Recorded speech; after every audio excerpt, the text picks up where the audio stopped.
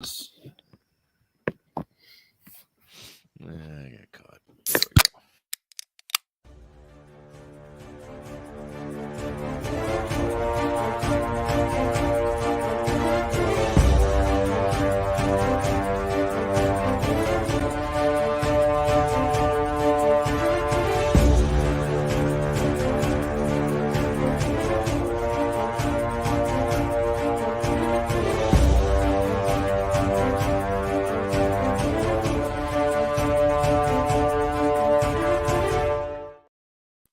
Hey, welcome back, everybody. It's the SCB Steelers Podcast presented by DEK Roofing Incorporated of South Florida. We are very, very pleased to be part of the Variety Sports Network. And, of course, the show originates from the Bradshaw Bourbon Studios. Cheers, everyone, and welcome back. I feel like I just literally left this seat after 6 hours in the saddle during the podcast, but they were great shows. We had an absolute blast doing it, and thank you for everybody that joined in, whether you were here for 5 minutes or the whole damn thing, as some of you were, which is truly amazing. We loved it, and we're glad to be back tonight. We'll obviously give you the full recap on the whole draft, and then obviously there was news today with Naji Harris. We'll get into that as well. And just looking at here, Rattel is in, Aaron is in, and Aaron apparently has been learning about serial killers tonight. Okay. All right. Ed Kemper. Yeah, he's one of the bad ones. Of course, they're all bad. But yeah, anyway. Gentlemen, how are we this evening? Good. All right. Yeah. Excellent. Hanging in there. It's all you can do. Everybody's got Decent. something going. That's for damn sure. Yeah. I'm going to get right into this. Ryan Scarpino, in 2025, is Naji Harris on this roster? No. No. And I think that's okay.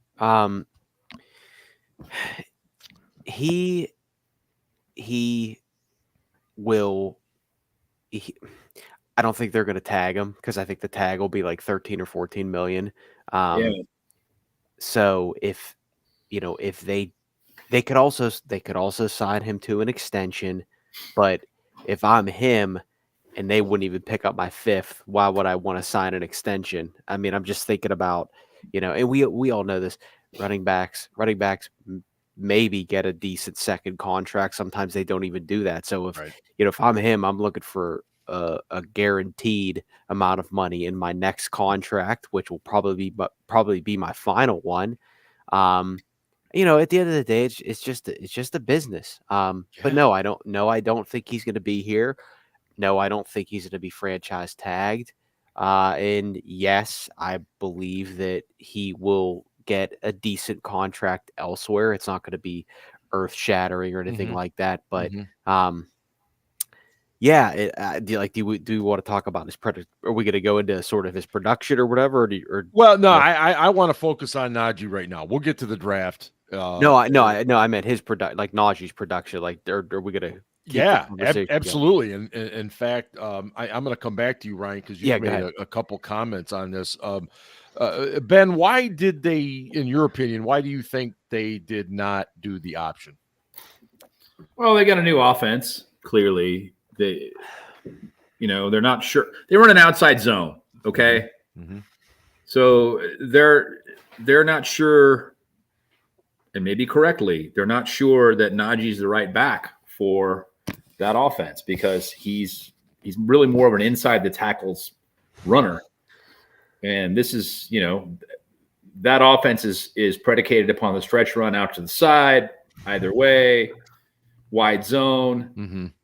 Is he really the right guy for this? I don't know. I would have given him the fifth year. I would have. It's $6.8 million.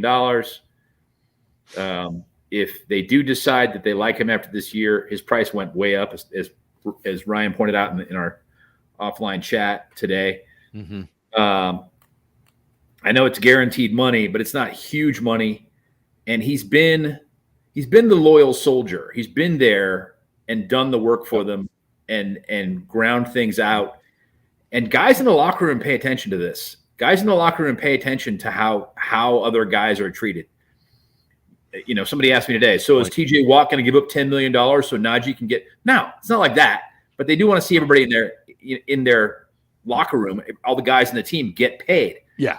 And just to be perfectly frank, I talked to you guys about this before, and I don't want to get in depth about the salary cap, but – yes, the Steelers are always close to the cap. Yes, they always spend a lot. But there are other teams that restructure contracts and spend a lot more over the cap, cash over the cap. Steelers. I'm not saying that's a great strategy. What I'm saying is it's possible. Right. There are a lot of people who regard the salary cap as a myth. They're like, yeah, whatever. The salary cap doesn't – whatever. I wouldn't say it's that simplistic. But you can gamble like the Philadelphia Eagles do, like the Cleveland Browns. That's an extreme example of it right there. They're doing like 120% cash to cap every year. Eventually, that's going to hit them hard. But for the time being, they're trying to invest in a team that they hope can be a competitor. I don't think it will be. Anyway, I think they didn't give it to him because he may or may not fit this offense. They think that Jaylen Warren is a better fit, and that he's not worth it. He's not worth keeping. Which, I don't know if it's necessarily the right move. I think there are guys. Just to give you a reference point, when Mike Hilton didn't get extended by the Steelers, that was not a popular move, right, in the locker room. There were a lot of players that just did not like that. It's true. Yeah. Ian, let me ask you this. If I'm Naji Harris, what's my incentive to play this fifth year? The incentive is looking at the running back market and what guys have gotten paid who perform and produce versus guys who are considered like just a guy. And guys who are considered quote unquote just a guy are not making that much more than what he's making now. If he wants to make, there's 5 guys in the league right now who are averaging 8 digits in their salary number, like more than $10 million. Right. Only 5 in the running back position, which I think it's the lowest of any position, tight end. Well, other than like specialist, kicker. Right. But tight end might be close. But even the 6th, 7th, 8th best running backs are getting $8 million a year, which is more than Najee's getting right now. But like, that's not earth-shattering money. And I think when the Steelers looked at this from a financial standpoint, they said, okay, Tony Pollard just got, $7 million a year. Aaron Jones is getting $7 million a year. DeAndre Swift is getting $8 million a year. Like, can we, we're not sure what Najee's going to do. Ben has a good point. He's going to be 27 next year. And, if they sign him to an extension, he's reaching the end of that window of like good running back play. Yeah. And I think the Steelers also kind of looked at what happened with Terrell Edmunds and said, hey, we didn't pick up his 5th-year option, and he wound up coming back to us on basically a little bit more than a veteran minimum salary because nobody else wanted to sign the guy. And, there's a pretty good running back class coming up in the draft. Running back's a young man's game in this league. And I think they were just kind of willing to take the risk that Jaylen Warren's the more explosive player. Najee's a workhorse, but he doesn't have the big yards per carry numbers. No. He doesn't, he doesn't break away long touchdown runs like Warren can do. He's not a home run hitter. So I don't blame them for not picking it up. I see the reasons they didn't do it. I didn't think that, $6 million and change was a lot of money from an overall standpoint, especially at the rate the cap's been going up. But yeah, the other thing too that I was thinking about, Ryan and Ben talked about this previously with Omar Khan trading Deontay Johnson to Carolina, and we Right. talked about this a bit during the draft because we had nothing else to talk about. That, what was that kind of a move out of spite of like, okay, Deontay, you're gonna not give your best effort. You're gonna talk smack on our quarterbacks, and so we're gonna trade you to a bad situation. Did they look at Najee joining that Zoom call last year about running backs getting paid more and be like, we're not going to pick up your 5th-year option. We're going to let you go try and fend for yourself on the free agent market and see how it goes. So that seems really petty. That doesn't seem like something they do. however, I think DJ deserved it. So, however, Scarps. but that's the definition of petty. DJ was a dick. So what's the saying? Two's a pad or three's a pattern or whatever. So I just want to say this: there are 3 people that we know publicly spoke against the Steelers: Chooks, Naj, and DJ. 2 are gone, and 1's going to be gone after this year. So I really don't think that's what happened. But it is kind of funny. It is kind of funny. What did he say though, Ryan? I mean, what did he say that was that bad? Who? Najee. I think it was the fact that he talked about there not being any structure or rules. I mean, because again, I'm just being a dick by saying that. Like, you're fine. I don't think that they, Mm-hmm. I don't think that they're that petty. But I will say though, when you have a younger player, first round pick that is pretty much saying there were more rules at Alabama than there are at a professional level, and you couple that with a lack of playoff success, Tomlin not disciplining George Pickens publicly or DJ publicly, people start to assume things, and I know assumptions are the mother of all fuck ups, but that's from Under Siege, by the way. Yeah. I was just gonna say, I think I've heard that before. I think that was I remember hearing that when I was in my 30s and it was in business, and so it's been around for a while. But yeah, you put a date on yourself with that. I did. Sorry. I don't think you're wrong at all, Ryan. I think that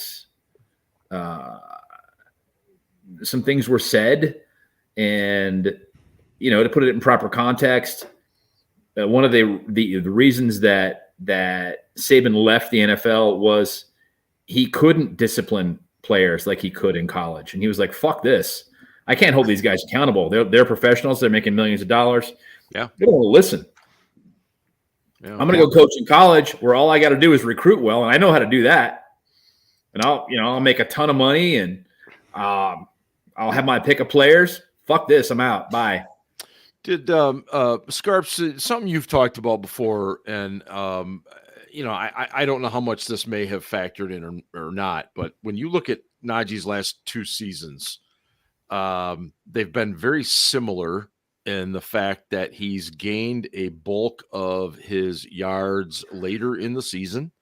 And you can suggest that was against lesser competition. You can say it was against backups. You can say whatever you want to say. Blocking scheme changed too. I mean, how much does that play in? I mean, like for instance, where was the guy in the first few games of the year when didn't exactly play well? Yeah. And we can talk about this too. Casey will touch on this a little bit later, but Naji is a good player, and I've tweeted it, I've talked about it on here, and I've said that I'm done with him.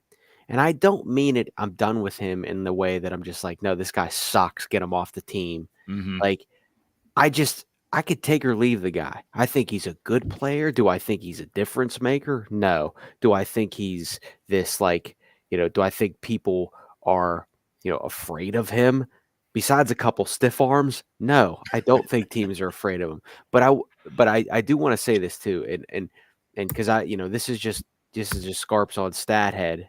Oh, Chark signed with the Chargers. That sucks because we'll get into the receivers later. But No, that's fine. If I'm looking at these stats, right, I'm sure the Steelers analytics team is too. But when you look at Najee Harris's career and you run whatever fucking parameters or whatever you want to call it, he is literally at the bottom of every running back category. And I know people fall in love. I know that people fall in love with the 1,000-yard seasons, but 17 game season, 1,000 yards, that is 60 yards a game. Yeah, it's not what it used to be. Not even that anymore. His biggest. So his biggest. The thing he has going for him, which is real nice, is that he's available. He's available.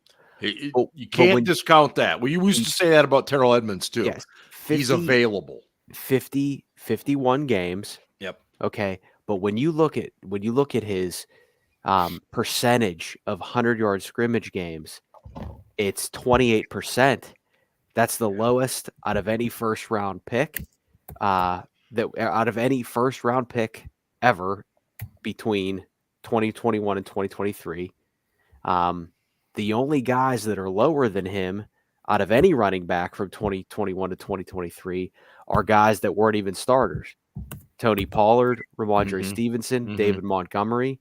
And get this, he has 250 more touches than any of these guys. Yikes. So Najee Harris is getting the ball.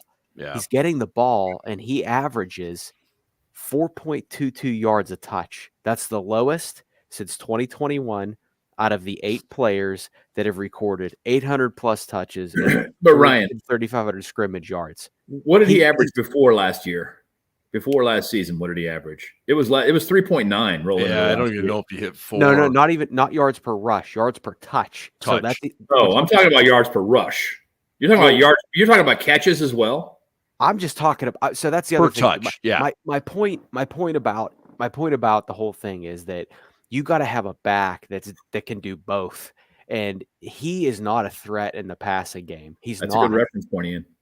He's not. He's not a threat in the passing game.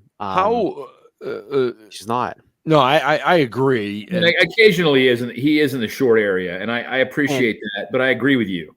And I would say this is go back and look at his catches and receptions. And in that first year especially, he got all of them in garbage time. Remember that Raiders game or whatever, or Cincinnati Bengals game? There was a lot of that. 10 catches for 27 yards or something. You're not wrong. It was like Yep.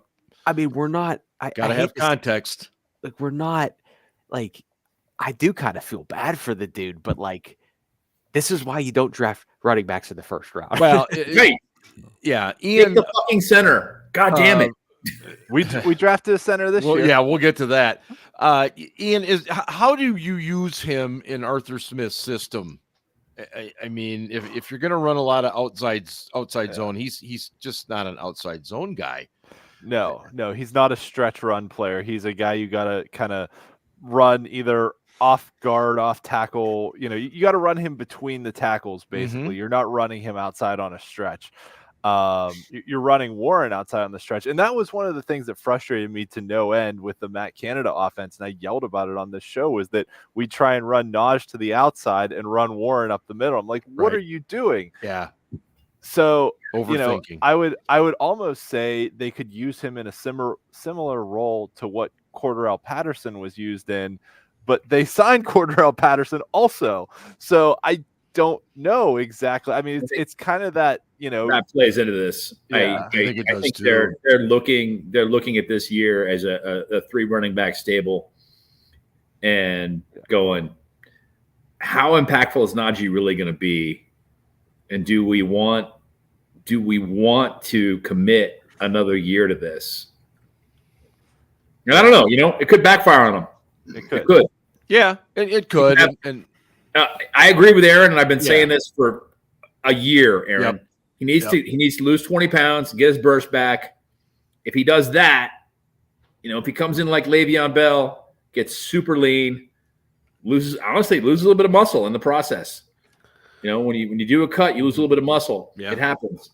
I But go through that all the time. I know, Mark. Unless you do that and you're Najee Harris, you're not going to be super effective in this offense. Right. If you come in at 240, 245, nah.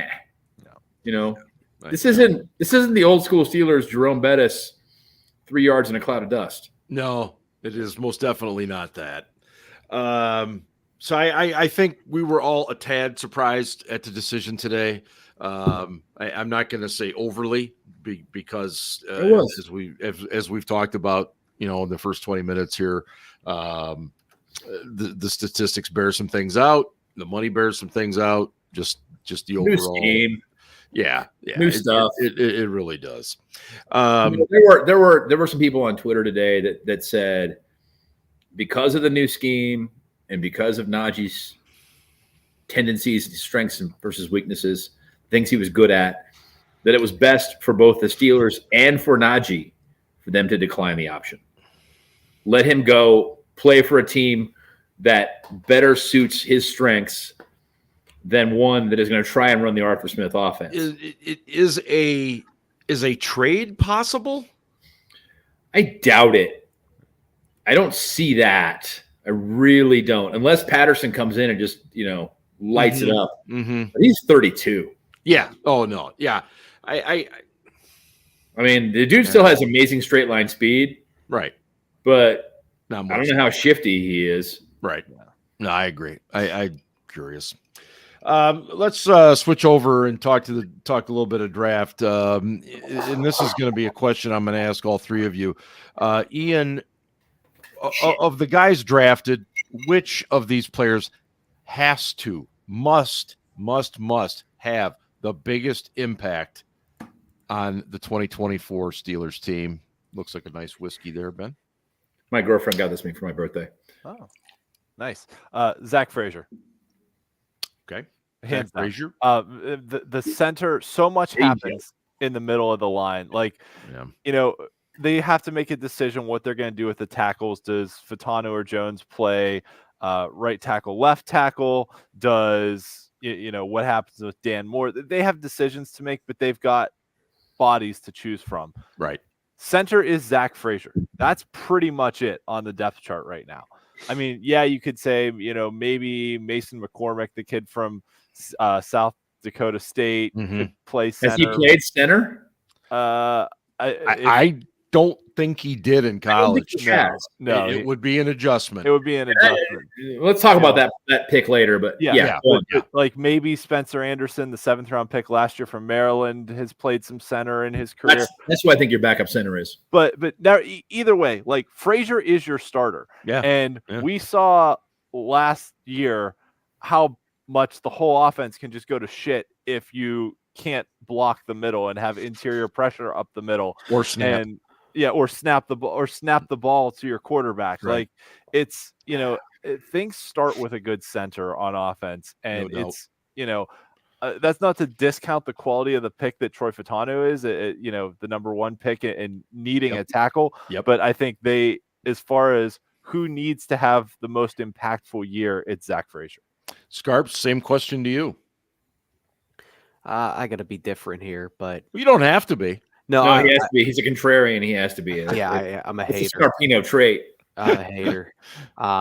Hater. And I don't think this is where we stand right now. I don't think this is such a wild thing, but I think it's Roman Wilson because That's a fair answer. That's a good choice. And I told you guys this when we drafted him. I said I don't have faith that this guy can play on the outside. I think he's small, and I know Steelers fans are going to fall in love with him because he's the Hines Ward's. He's an underachiever.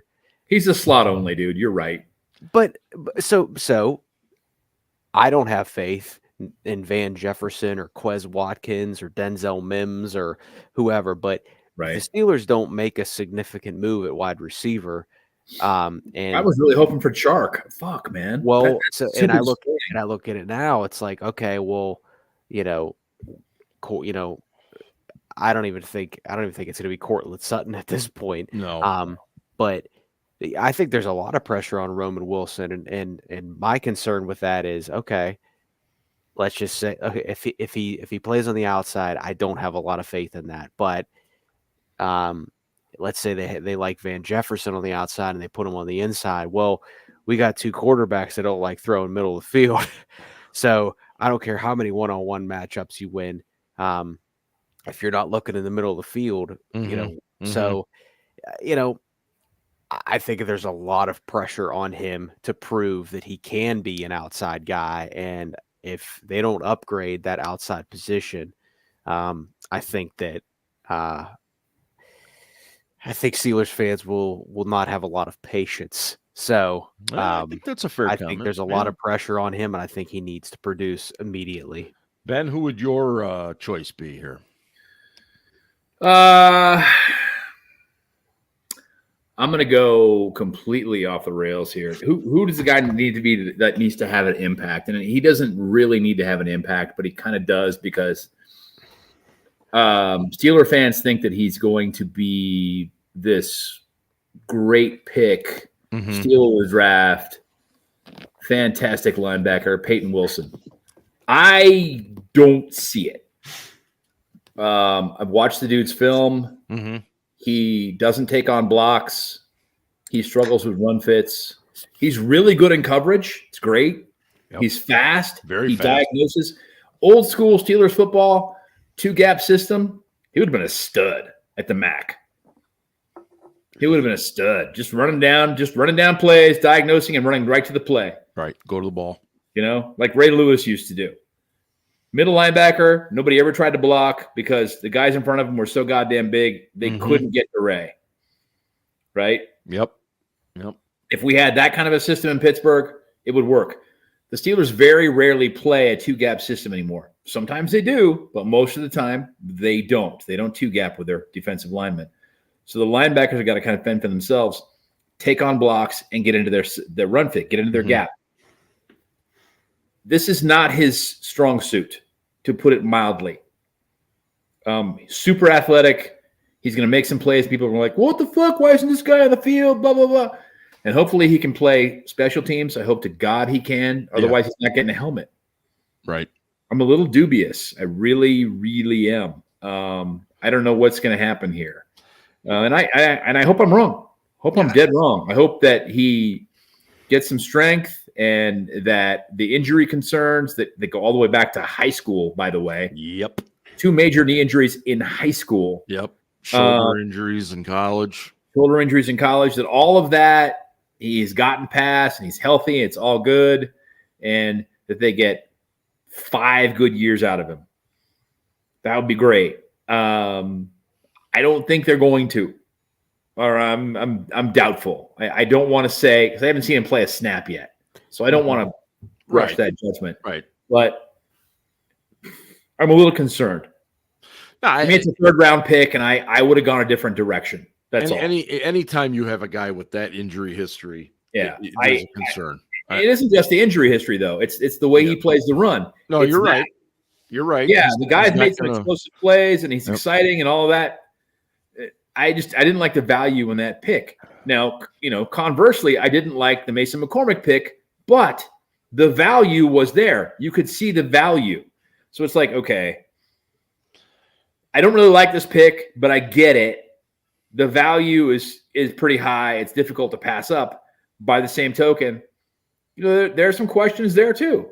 And you get that in 4th-round picks. McCormick, I mean, he's kind of grown on me as the days have gone by since the draft. I like you just said, I get it.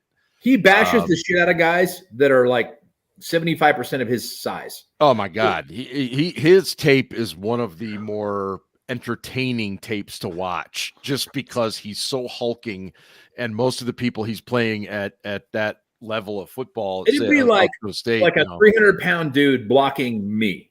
I weighed 225, 230. Right. It's funny. So, Claude and George both said, well, Peyton Wilson hasn't been hurt in 2 years. I think there's a difference between there's a huge difference between playing in college and playing in the pros. I mean, like, you got to be faster, you got to fucking adjust, like, you got to Everybody's good.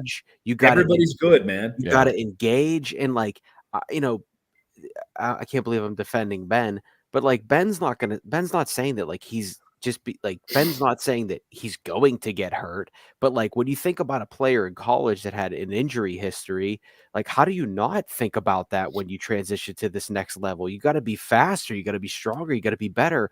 And I don't give a shit how many cool workout videos he posts or how every Steelers fans think he's going to be the greatest thing ever. Why do we fall in love with everything so quickly and think it's I'm okay with that amazing thing ever? Because the Sun. I'm sorry. I'm gonna be negative here, which is Ryan's job. I'm sorry that I'm encroaching in your. I'm lane. not saying he can't be a good player, but like, I'm just saying I'm encroaching in the Scarpino lane here by being negative, and I'm just gonna say the Sunshine Crew on Steelers Twitter thinks that everything the Steelers do, no matter what it is fucking amazing. And that they shit gold, and that this is a fucking talent juggernaut. And it isn't. It's not. Jen, you know as well as I do, TJ Watt is the exception, not the rule. The exception to what? TJ Watt was fantastic. He was hurt. He had injuries. He had some injuries. He had some injuries. Yeah. But the dude tested off the charts. Especially as a pass rusher, specific to his position as an edge player, he tested off the charts. And to not take the guy at the 30th overall pick that year would have been fucking stupid. Well, just real quick. Sorry, still dead. But we love you all in the chat. This is all love. Just so we you know, love you. We're just like, Anyway, go ahead. Okay, Jen, he trashes my takes all the time. No, I was just going to say real anybody's quick, takes. and this is exactly the point. Why do we feel that way? I was going to make that George just made. That obviously we all want these guys to shine. We want all these. What we're doing is trying to look at it from the most realistic viewpoint as we possibly can. When we look at a guy and say, Jesus, he's had multiple serious knee injuries. He's had multiple serious shoulder injuries. It's like, this guy would be an amazing story if he does, really turn into an impact player. But the reality of it is we're asking a lot, not just because of the health, but also, as Ben pointed out, his style of play is to use his speed and stuff. He's not going to stack up a guy right in front of him the way that is needed oftentimes in the NFL. Ian? So one point I'll say about injuries is, sometimes you can't. Injuries are weird in the NFL in that you can't always use college injury history as a great predictor of NFL history. Think back to the year we drafted Ryan Shazier. We were definitely looking at inside linebackers that year. We pretty heavily scouted both Shazier and CJ Mosley. And we chose Shazier because he didn't have any injury history. And they even said, like, we liked Mosley a lot, but he had some injury history that concerned us. And then Shazier missed time every season.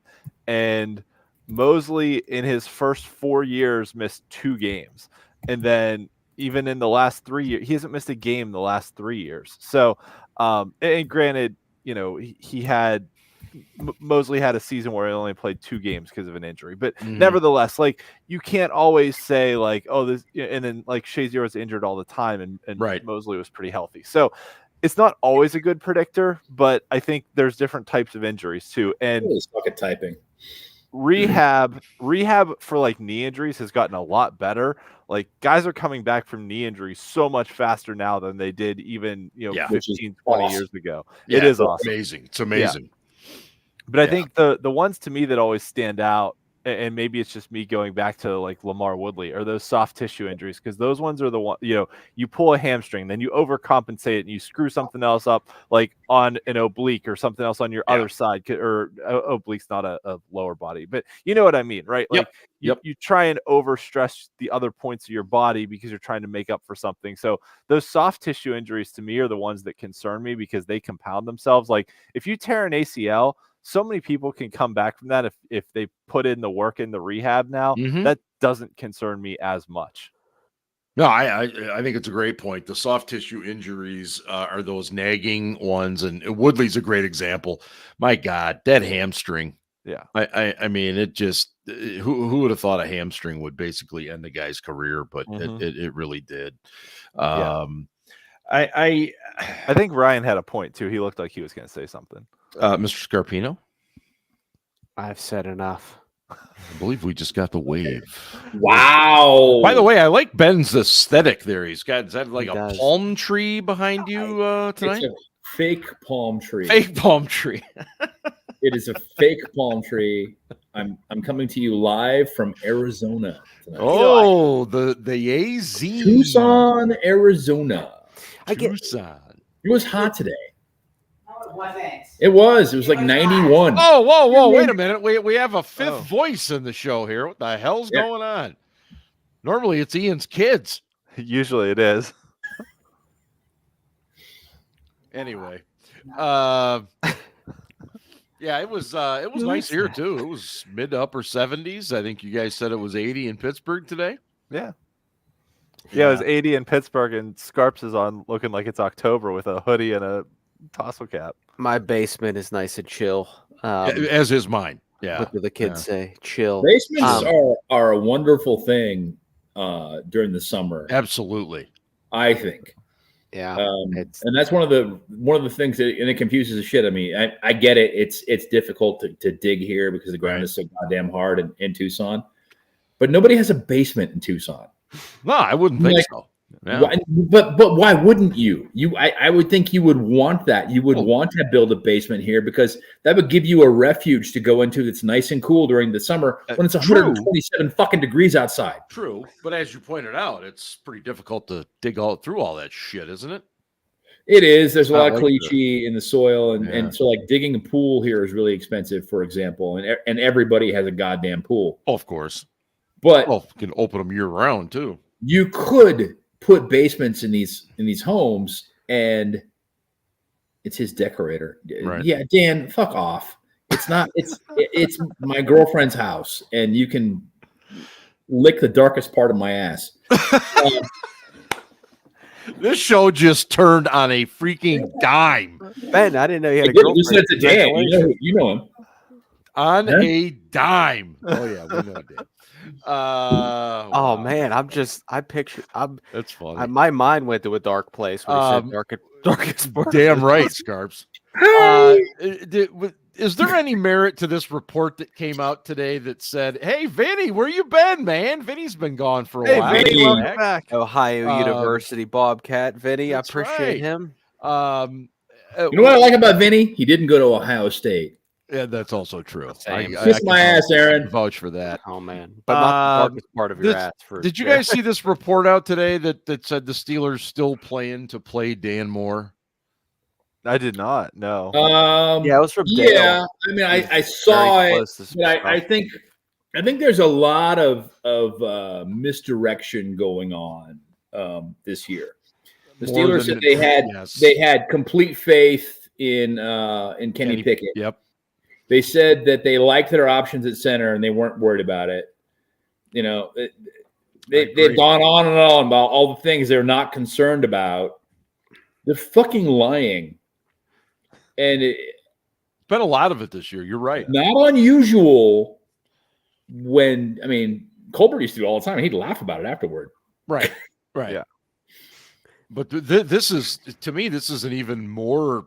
It's pretty egregious this year. Yeah. Okay. You said the word I was trying not to say. It's pretty egregious. And it's fine. I mean, like they're lying about shit we know they're lying about, and we're like, Jesus Christ. And Aaron no one believes you. He brings up another one. Danny Smith telling Jaylen Warren, "Yeah, I think we'll use Fields as a kick returner."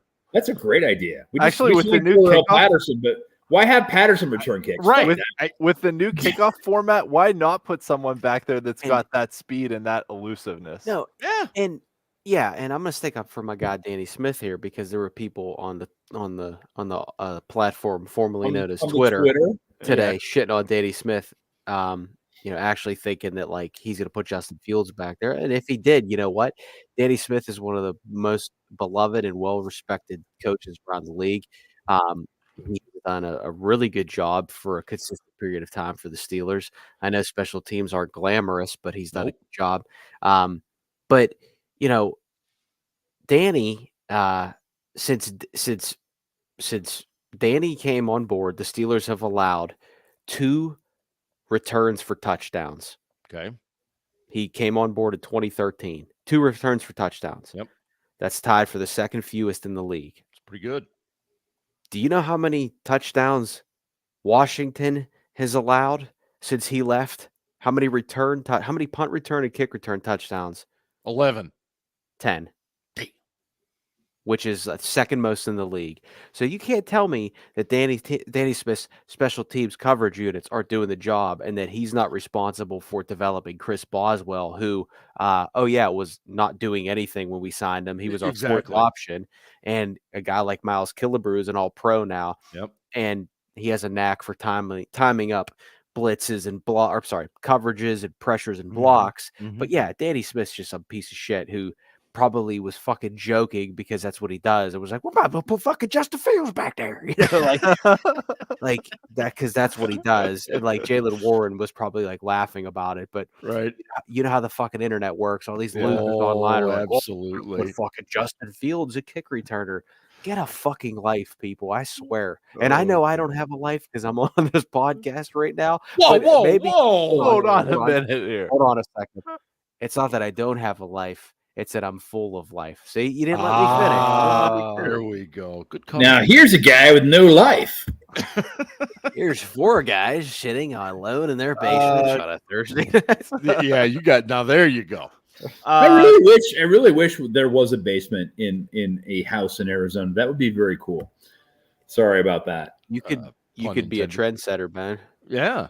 Troy Fatanu, what are the reasonable expectations for him, Ian? I mean, here's the thing. If he doesn't start the beginning of the year, which I'm not sure if he's going to start the beginning of the year, but if he doesn't, I think Dan Moore's going to have enough bad games that they're going to be like, we got to play this guy, like, so, and that's kind of what happened with Dan Moore and who was the left tackle before Dan Moore? Oh shoot! All right, well, whoever it was before Dan Moore really sucked, and we plugged in Dan Moore, and he was not as bad, and we were kind of before it was supposed to be Chooks. That was the year it was supposed to be Chooks was supposed to be the left tackle, and then Zach Banner was going to be the right tackle. Got hurt. That's right. And then Banner got hurt, and so they had to move Chooks to right tackle, and Dan Moore, the only position he can play is left tackle. That's right. You're right. Which is why they didn't plug Moore in at right tackle. Because Chooks was really bad at left tackle, though. Like he was. Chooks was not great at left tackle, which is weird because when he came out, when they drafted him, they thought that he had the best feet in the draft. Remember that? Yeah. Yes, I do. Yeah, former soccer player. I mean, he had real good skills with his feet, but just couldn't translate it. At any rate, I think Fatanu probably winds up starting by mid-season, maybe sooner. I hope they play him at right tackle and Broderick Jones at left. I saw some discourse today on Twitter saying like, usually you put your best pass blocker, which would be Fatanu at left, your best run blocker, who is Jones at right.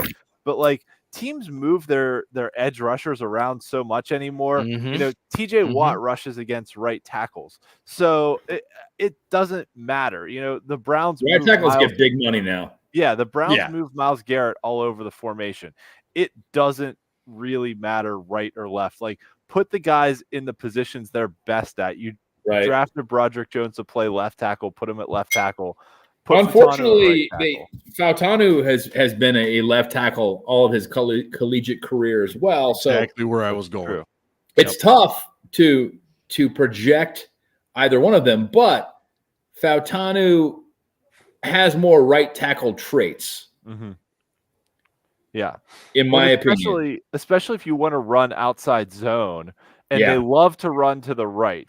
This team has always been a run to the right team. Like Alan Faneca at left guard was the pulling guard. They never pulled their right guard until David DeCastro came, and they were like, "Oh, he plays right guard, so we are going to have to run left now so he can pull." Yeah, but it's really rare to have a right guard that pulls left. That's true. It's a rare thing to have. It's a nice difference that defensive coordinators have to account for, and it makes it a challenge every week. So I had no issue with that. I don't know about you guys. No, but what I'm saying is, if you're going to run outside zone to the right, you probably want your more fleet-footed guy, which is Fatanu, on the right side, kind of leading the way there.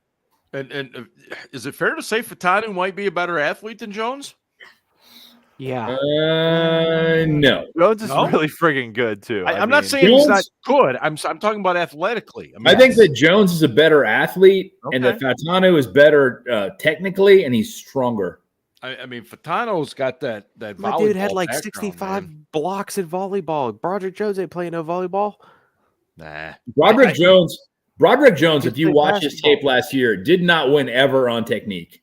When he won because he was a great athlete.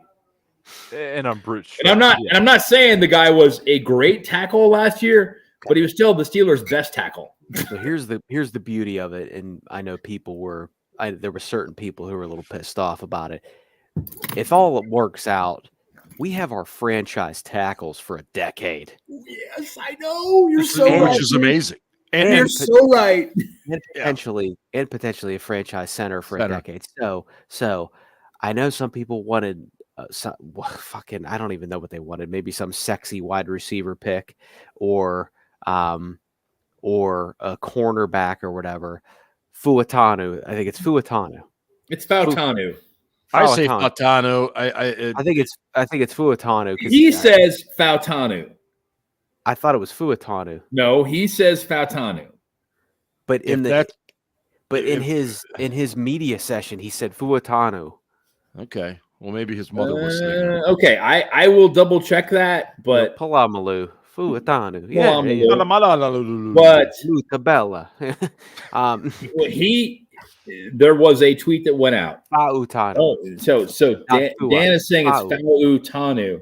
I didn't know we had a linguist in the audience. All right, well, we'll look at that, Dan. There's a tweet out there that I bookmarked that has him saying his own name. So yeah, you're right. And listen to it. We'll have to put that. Yeah. If it's wrong, it's wrong, and we'll adjust. We'll adapt, Dan. Thank you. Thank you so much, Dan. You're very helpful. Dan, you're a tremendous asset to this. Not usually, not ever actually, but maybe this time. Autanu.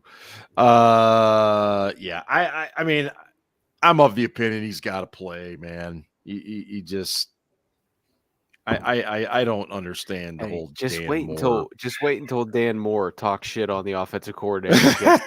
Spots like Chooks.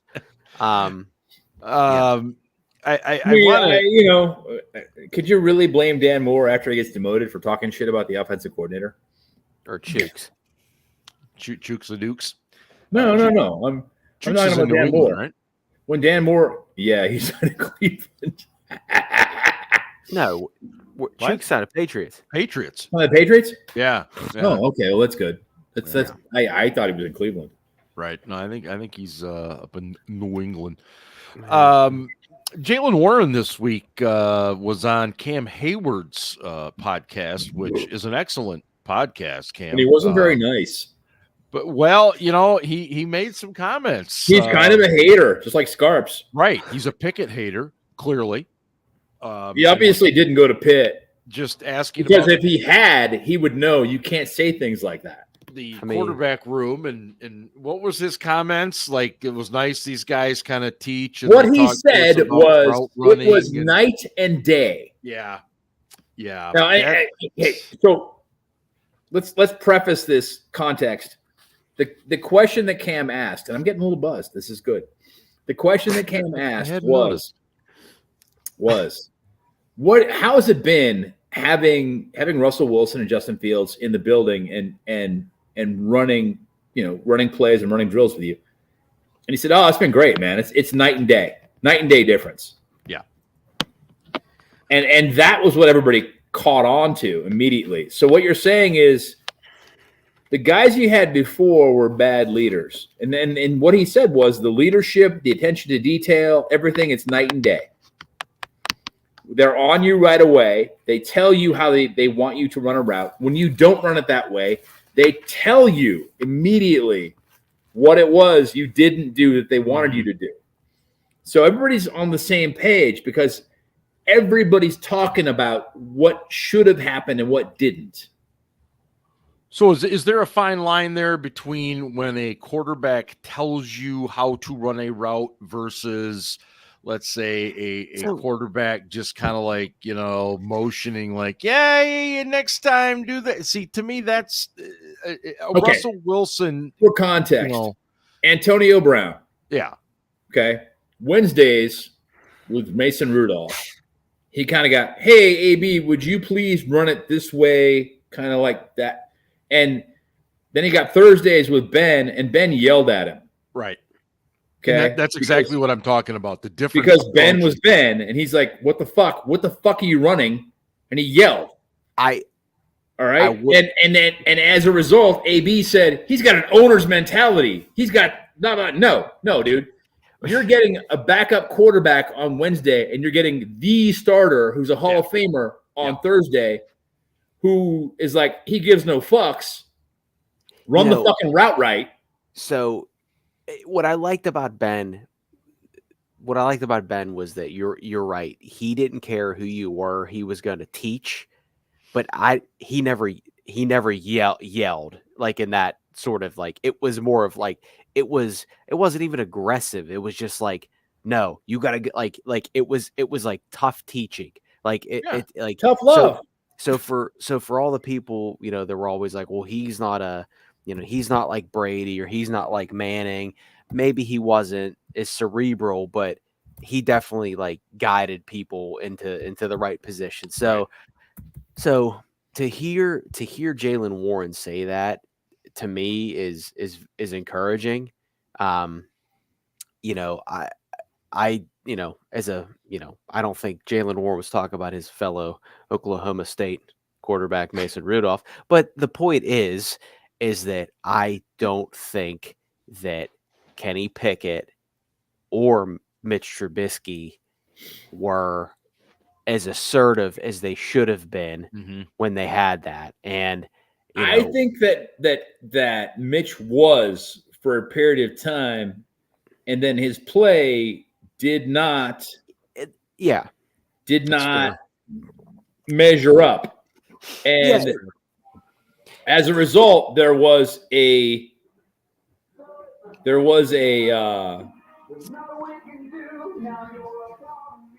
shit. Was that Three's Company? That was a naked girlfriend running by here. Oh, where's Jack Ritter? Jack Tripper, excuse me. I lost my train of thought. Desmond Ritter. What the hell are we talking about right now? Yeah.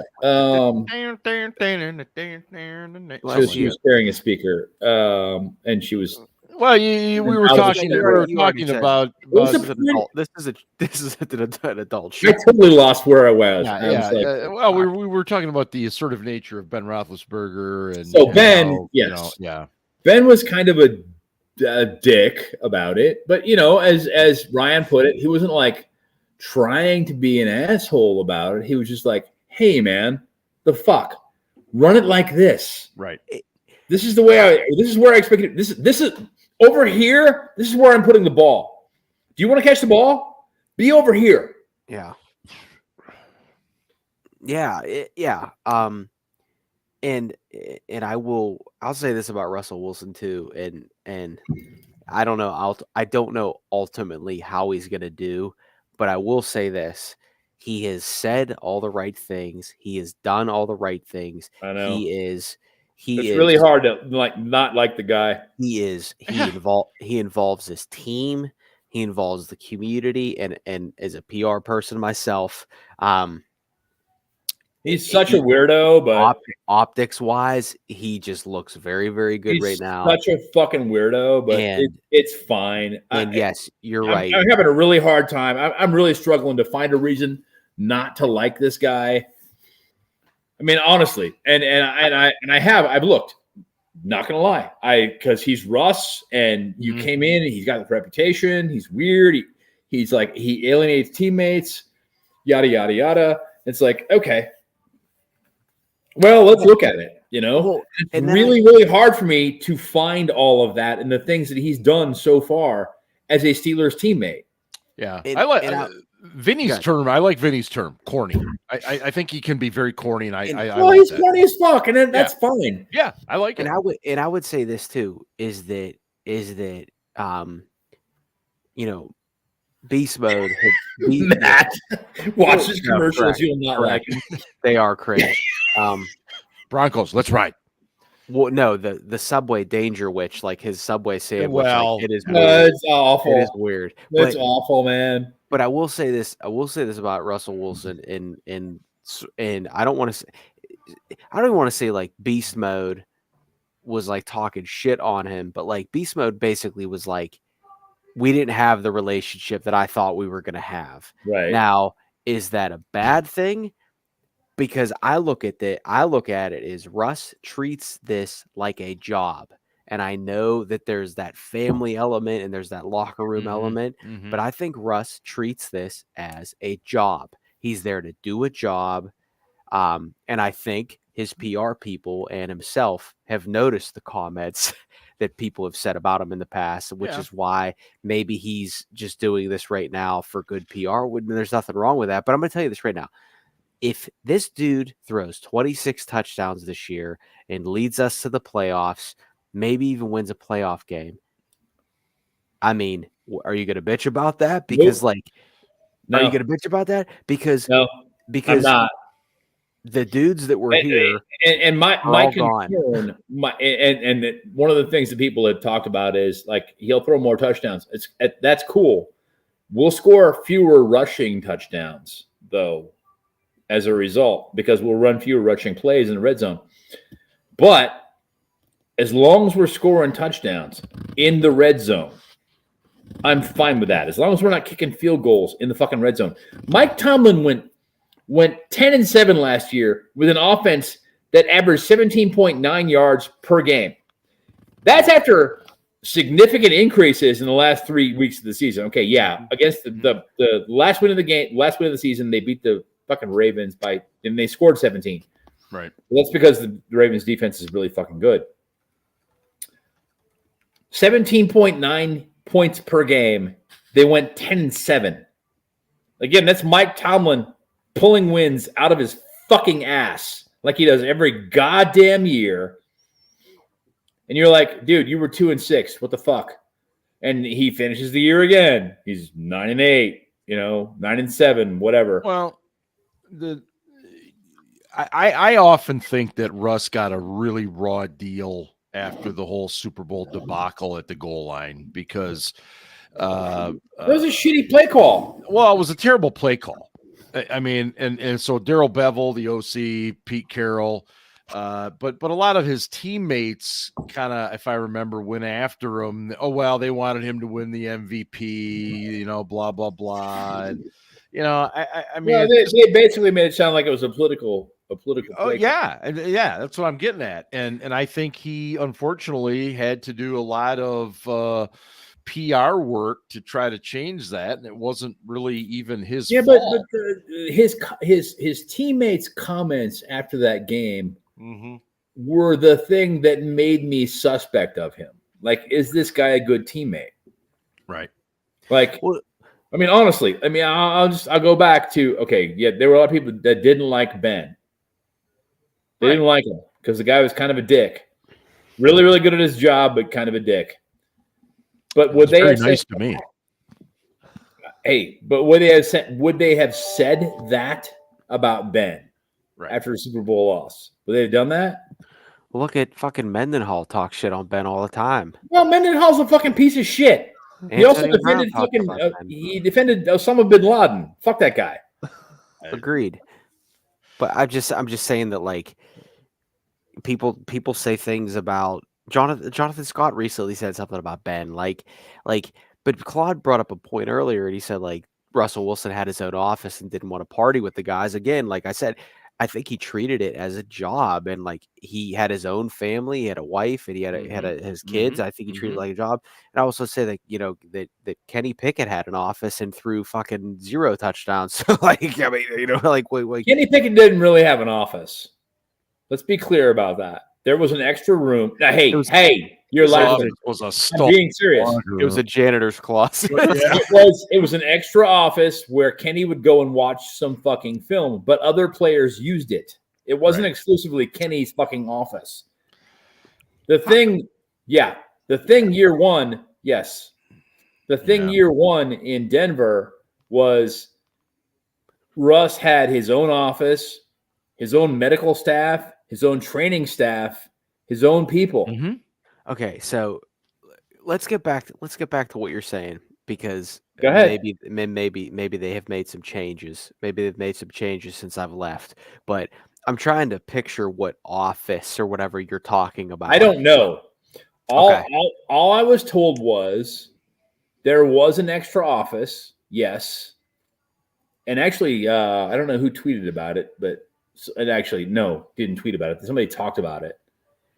One of the coaches talked about it. God damn it. Who talked about it?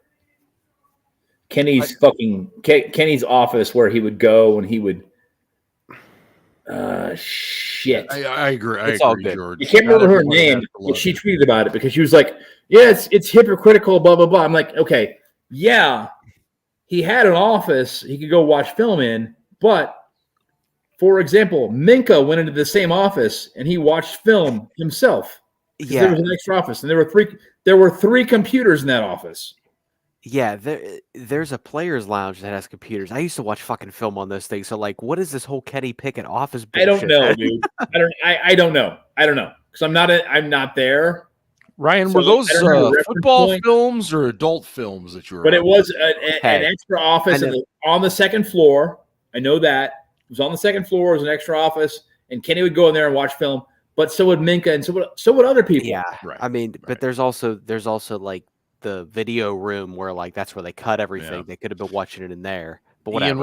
Ian, what was your point? Hey on, man, I know Twitter. Russ? I know Twitter. Hey, Ian, you're still here, aren't you? I am still here, yes. What would you like to talk about, sir? So I think one other, there was quotes that came out from, I think it was Jaylen Warren, about saying, Russ' leadership is night and day different and all that stuff.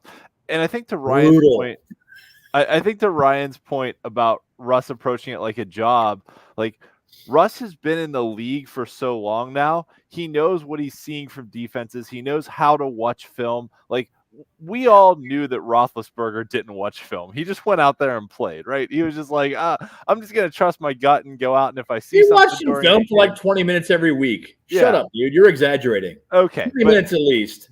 All right. But my broader point is, though,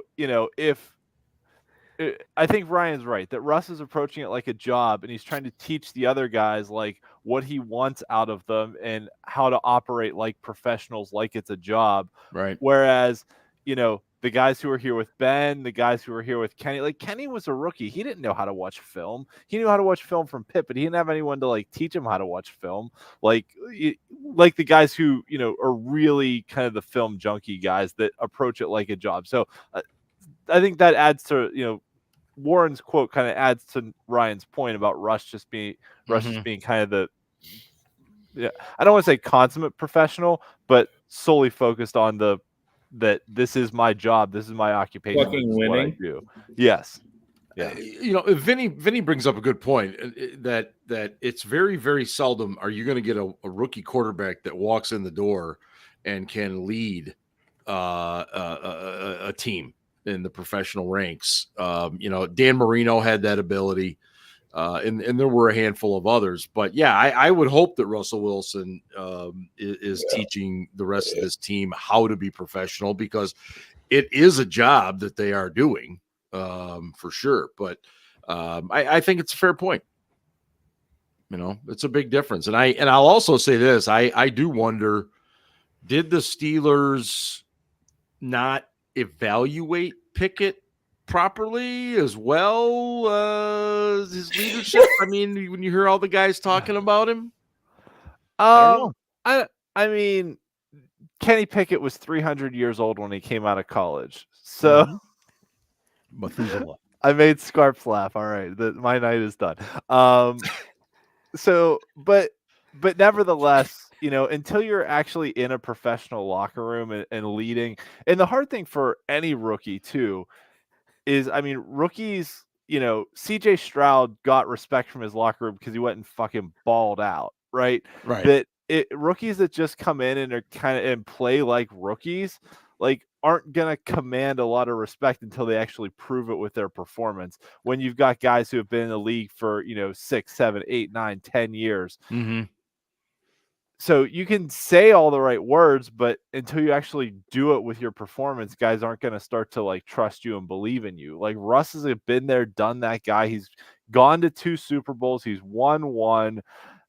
He knows what it takes, and I think guys respect that more than a guy who's coming out of college being like, "Oh yeah, I won an ACC championship game and sat out the bowl game, so you should respect me." Respect. Spell it correctly. It's RESPEK. Respect.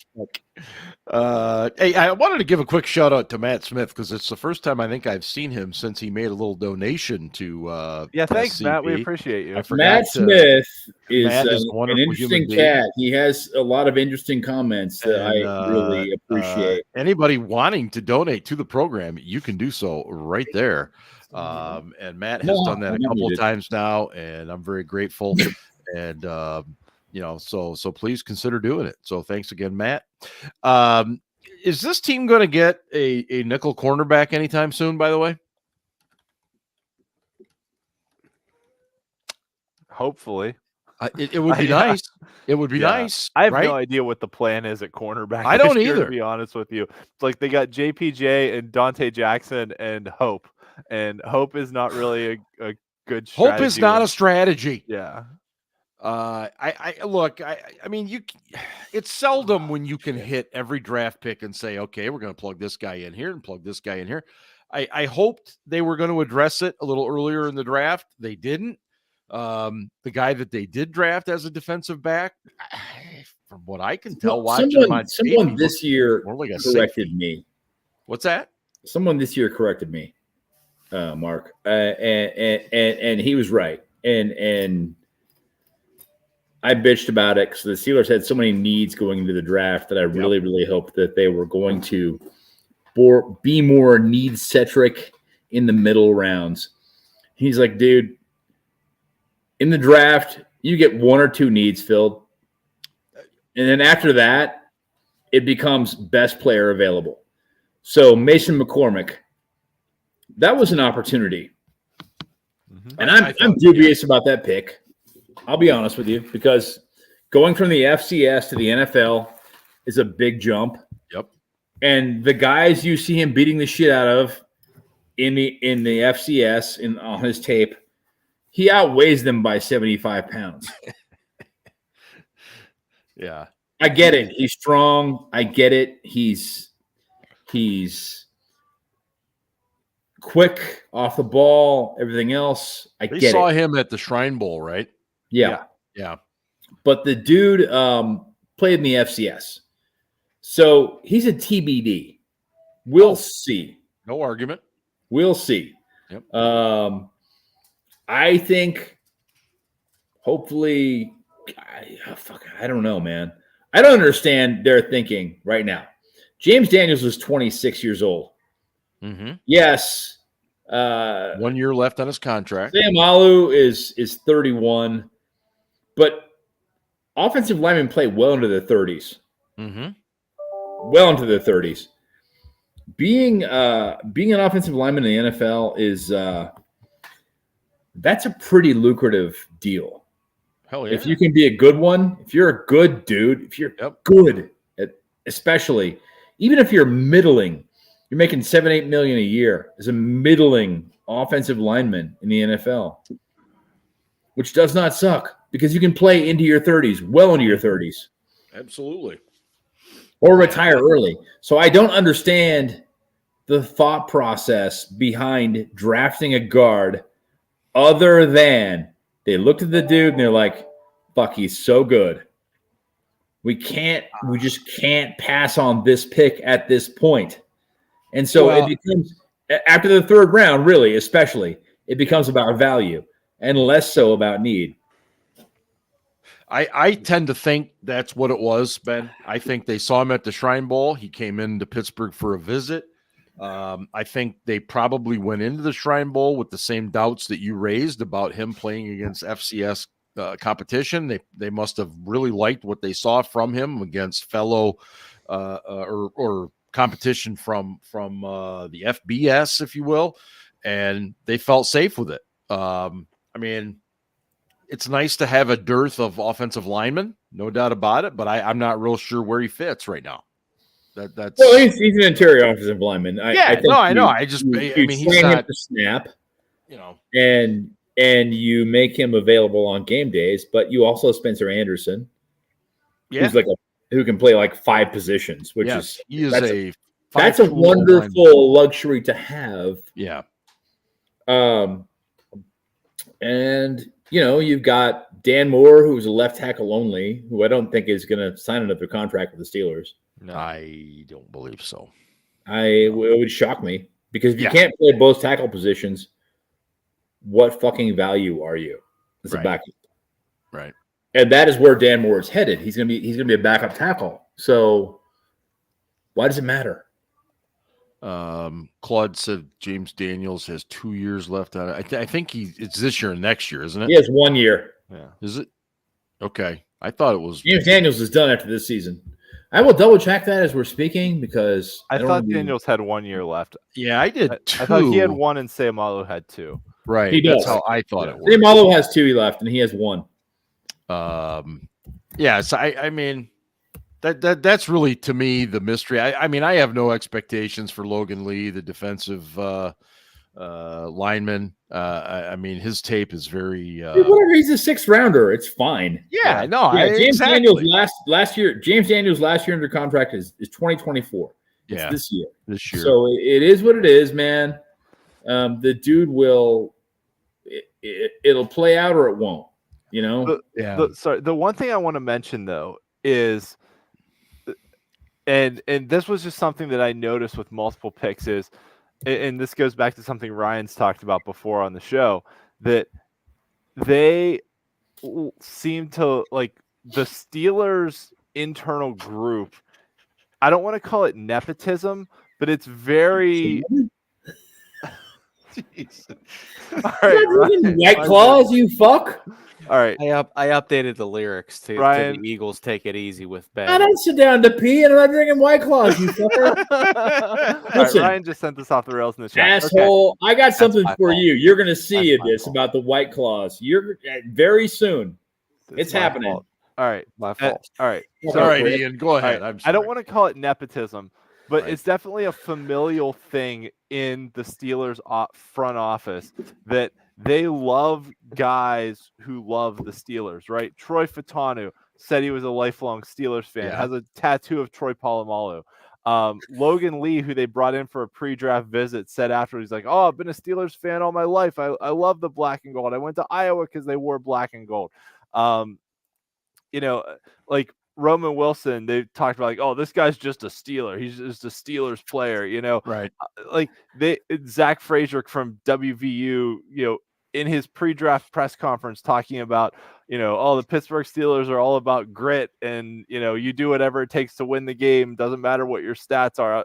And when I heard Zach Frazier's press conference, I was like, inject this shit into my veins. I love this, but nevertheless, I'm 100% sure that in those pre-draft interviews, when they talk to these guys and they're like, I'm a lifelong Steelers fan, I would love to play here. Like they ate that shit up. Like Logan Lee saying that, Troy Fatanu saying that. Like, I'm not saying they're not good players, but they definitely, the front office definitely ate that shit up. Yeah, well, they do. You mentioned the winning programs thing. They had a plan. Yeah, they had a plan. And I think they stuck to their board too, right? Like we talked on draft night that they said before the draft, we're going to rank our top 20 players so we know we'll get at least one of these guys. Yeah. And they all said, hey, Troy Fautanu was in our top 10. And reports are out now that they tried to trade up as high as 16 to potentially get him, and they got him at 20. So, and actually on our Steel City Blitz big board, he was number 7. So, like, he was the best player available. We thought he was the best player available at the time they picked him. I have absolutely no issue with them taking him at 20. And a lot of people did not agree with us. They thought that the cornerbacks were better values in that position. And I understand it. At that point in the draft, you're literally splitting hairs trying to pick the best value player. You are. Yeah. But I really agree with you, Ian. To me, he was the best value in that draft, in that position, the best player who was still there. Yeah. Yeah, absolutely. Yeah, that's funny. I did think the story about Roman Wilson and Mike Tomlin at the Senior Bowl practices was pretty good, though, that Roman Wilson was like, yeah, after practice, Mike Tomlin came up to me. And, like, remember, like, they have NFL coaching staffs coaching these teams, and Mike Tomlin just goes down on the field and is just like, no, I want to see these two guys run a drill against each other. And I know, it's awesome. And Roman Wilson said, after the one day, he was like, Mike Tomlin pulled me and Quinion Mitchell aside and said, I want to see you two going up against each other every rep because you're the best in your positions here at this game, and I want to see best on best and see who wins. Yeah. And, like, that's like, and they did it, like, every rep. They're like, no, but it's just going to be, Wilson against Mitchell every time. Well, Tomlin has always been like that. I mean, that's why he's got that reputation as just Mike Tomlin. Yeah. I mean, he goes down he doesn't sit in the stands and watch. He gets right down on the field with these guys. And, I think that's why, we admire him as well.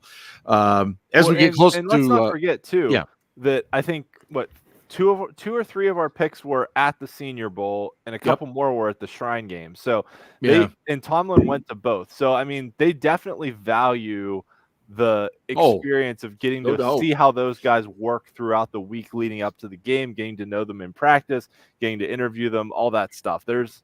They take a lot of value from that. No question about it. I want to turn the things over here to Mr. Casey Kasem, who I have no doubt has put together a fine post-draft call from his number one correspondent, Ryan. Take it away. Casey's Coast to Coast, American Top 40.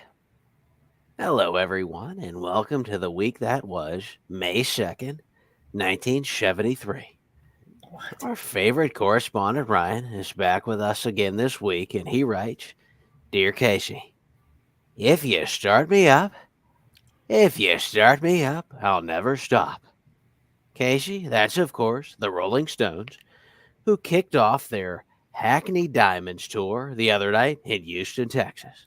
Casey, the Stones are so old that they've become marble. Granted, they don't look a day over 175. Hey, that was an amazing pun. Terrific pun. Casey, for real, they can still bring it. I saw clips of their shows. They are rock solid. I promise you that. Okay, enough rock. Wow. As a master of puns, enough rock puns. Mick Jagger is almost 81 years old, yet he's up there dancing, cutting and juking. The wild thing about it is that Mick at 80 years old is more athletic than Naji Harris. I can't get no 5th-year option. Oh! Damn! Casey, I'm sure you've heard by now that the Steelers did not pick up Najee Harris's 5th-year option, which shouldn't be a surprise. However, Steelers Nation was in their feels and immediately took to the platform formerly known as Twitter to say, It's not your fault, Naj. We got you. Casey, I cannot believe Steelers general manager Kevin Colbert didn't pick up Naj's fifth-year option. Hang on. I'm being told that Kevin Colbert retired after the 2022 NFL Draft, and that it was in fact Omar Khan who didn't pick up Naj's fifth-year option. I know it's easier to blame everything on the guy that retired, you know, the one that built teams that actually won things, than point the finger at the new guy who can do no wrong because he's the con artist. But even the great Omar will make decisions you disagree with. Naji Harris is a good player, but he's not great. He's not a difference maker. I know it's cool to see him stiff arm a guy, but for every stiff arm, there are 10. How in the hell did he not see that hole type of runs? And I know it's cool that he sometimes gets the Angry Runs Award, but so what? When I get the angry runs, I throw on some Preparation H and go about my day.